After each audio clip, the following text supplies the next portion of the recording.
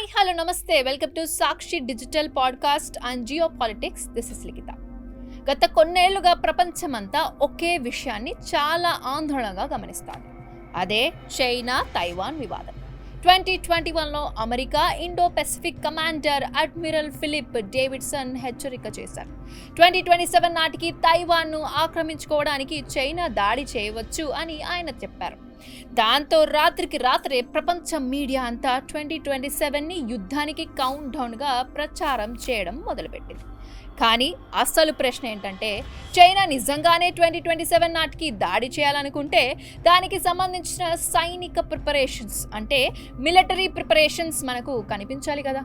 కానీ ఇప్పటి వరకు చైనాలో ఎక్కడా పెద్ద ఎత్తున సైనిక సమీకరణ కానీ యుద్ధానికి అవసరమైన సన్నాహాలు కానీ కనిపించడం లేదు.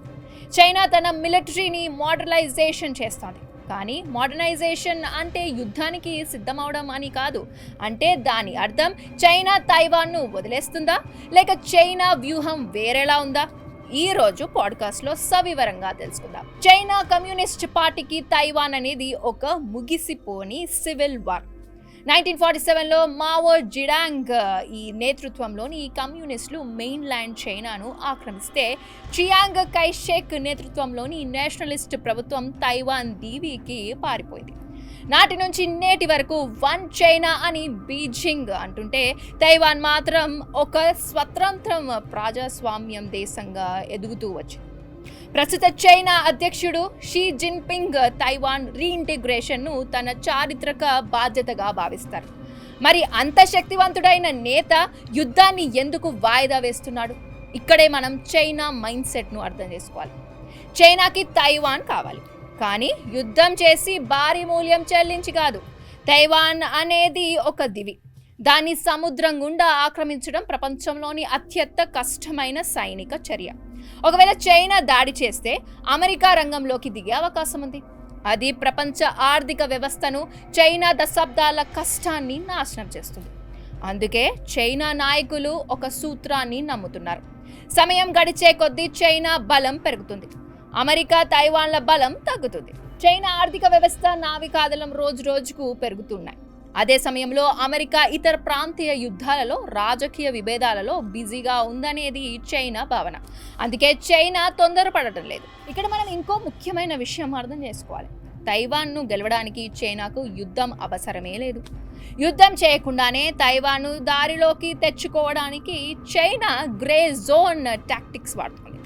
అంటే నేరుగా యుద్ధం ప్రకటించకుండానే తీవ్రమైన మానసిక, ఆర్థిక, సైనిక ఒత్తిడి తేవడం. అందులో మొదటి స్ట్రాటజీని రోజువారీ సైనిక విన్యాసాలుగా చెప్పవచ్చు. చైనా యుద్ధ విమానాలు, నావిక దళాలు నిరంతరం తైవాన్ సరిహద్దుల వద్ద విన్యాసాలు చేస్తుంటాయి. మొదట్లో ఇది తైవాన్ను భయపెట్టింది, కానీ రోజువారీ అలవాటుగా మార్చి తైవాన్ రక్షణ స్పందనను మొద్దుబారేలా చేసింది. ఇక రెండో స్ట్రాటజీ ఆర్థిక, రాజకీయ ఒత్తిడి. తైవాన్ వ్యాపారాలకు చైనాతో ఉన్న వ్యాపార సంబంధాలను ఆసరగా తీసుకొని చైనాతో విడిపోతే ఆర్థికంగా నష్టపోతారు అనే భావనను కలిగిస్తోంది. ఇప్పుడు మరో స్ట్రాటజీ కూడా ఉంది. అదే సమాచార యుద్ధం. దాన్నే ఇన్ఫర్మేషన్ వార్ఫేర్ అంటాం. తైవాన్ ప్రజల్లో, ముఖ్యంగా యువతలో ఒక రకమైన నిరాశను, భయాన్ని నింపడానికి చైనా ప్రచారాలు చేస్తోంది. చైనా ఆలోచన ఒక్కటే: భూపటాన్ని మార్చడానికి ముందే తైవాన్ ప్రవర్తనను, ఆలోచనను మార్చాలి.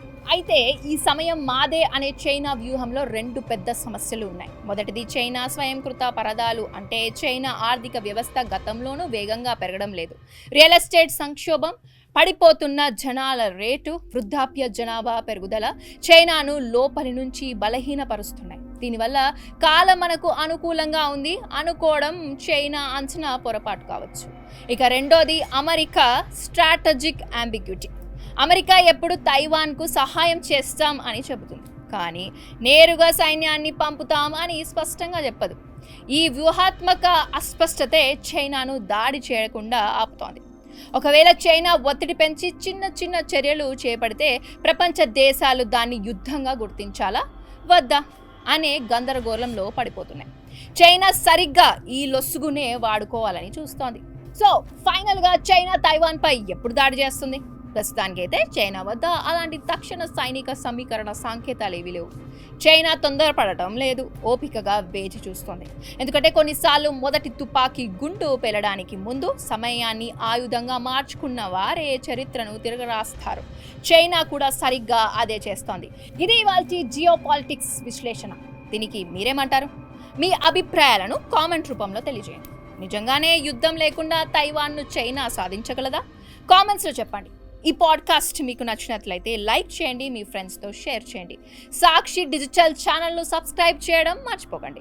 మరో ఆసక్తికరమైన టాపిక్తో మళ్ళీ కలుద్దాం. అప్పటి వరకు bye. This is Likhitha signing of.